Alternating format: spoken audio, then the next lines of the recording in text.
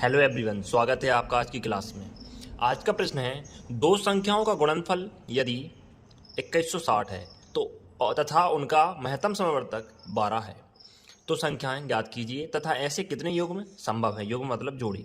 तो हमें दो संख्याओं का गुणनफल ज्ञात है कि 2160 होता है और उनका महत्तम समवर्तक 12 होता है, तो संख्याएं ज्ञात करना है।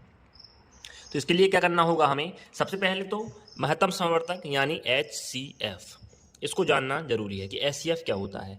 HCF होता है हाईएस्ट कॉमन फैक्टर, मतलब ऐसा फैक्टर जो दोनों संख्याओं में कॉमन होता है वह या उभयनिष्ठ होता है, वह HCF कहलाता है, जो कि है 12। ठीक है, मतलब अगर दो संख्याएं होंगी तो वो संख्याएं A मल्टीप्लाई 12 और B मल्टीप्लाई 12 के रूप में होंगी। ठीक है, एक संख्या ये होगी और एक संख्या ये होगी। ऐसा क्यों होगा? क्योंकि 12 जो है वो इसमें भी कॉमन रहेगा और इसमें भी कॉमन रहेगा, और A और B दो अलग अलग संख्याएं होंगी जिनसे मल्टीप्लाई होकर दो अलग अलग संख्याएं हमें प्राप्त होंगी।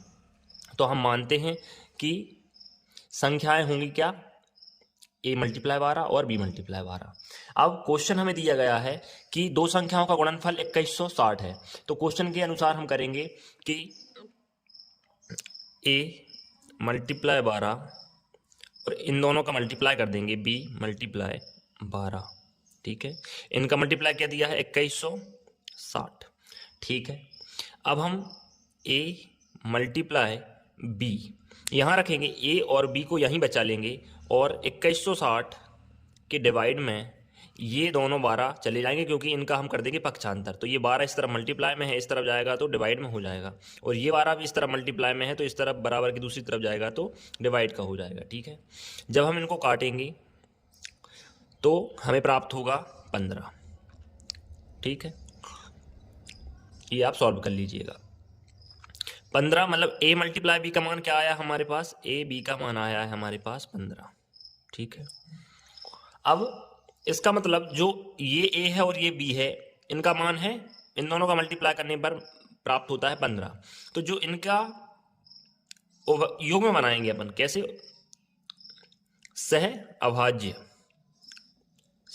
अभाज्य योग में बनाएंगे तो वो क्या होंगे, 15 के एक होगा 1 और 15, मतलब ऐसी संख्याएं जो सहभाज्य हों और इनका मल्टीप्लाई करने पर 15 आ जाए। जैसे 1 और 15 का मल्टीप्लाई करेंगे तो 15 आ जाएगा। एक और संख्या ऐसी कौन सी है, 3 और 5 का 3 का मल्टीप्लाई 5 में करेंगे तो 15 आ जाएगा। ऐसी और दूसरी संख्याएं हैं क्या? नहीं। ठीक है, सहअभाज्य संख्या उनको कहते हैं जिन दोनों का HCF 1 होता है, मतलब इनका कॉमन फैक्टर क्या होगा, 1 होगा, 1 के अलावा कुछ नहीं होगा। जैसे 3 और 5 सिर्फ एक से डिवाइड हो सकती हैं और दूसरी संख्या से नहीं हो सकती, तो ये सहअभाज्य संख्या हो। तो हमें ऐसे दो योग में प्राप्त हुए, 1 और 15 और 3 और 5। इसका मतलब ऐसे दो योग में संभव है ना, जिनका गुणनफल 2160 हो और महत्तम समवर्तक 12 हो, लेकिन हमें अभी संख्याएं प्राप्त नहीं हुई हैं। संख्याएं प्राप्त करने के लिए हमें क्या करना होगा कि जो योग में प्राप्त हुए सहअभाज्य, इनमें महत्तम समवर्तक यानी HCF का मल्टीप्लाई करेंगे। ठीक है, तो जैसे हमें पहला योग में प्राप्त करने के लिए, संख्याओं का जोड़ा प्राप्त करने के लिए क्या करना पड़ेगा, 1 मल्टीप्लाई 12 और 15 मल्टीप्लाई 12। इस तरीके से 12 का गुणा 1 में होगा तो 12 प्राप्त होगा और 15 का गुणा 12 में होगा तो 180 प्राप्त होगा। तो पहला जोड़ा है हमारा 12 और 180।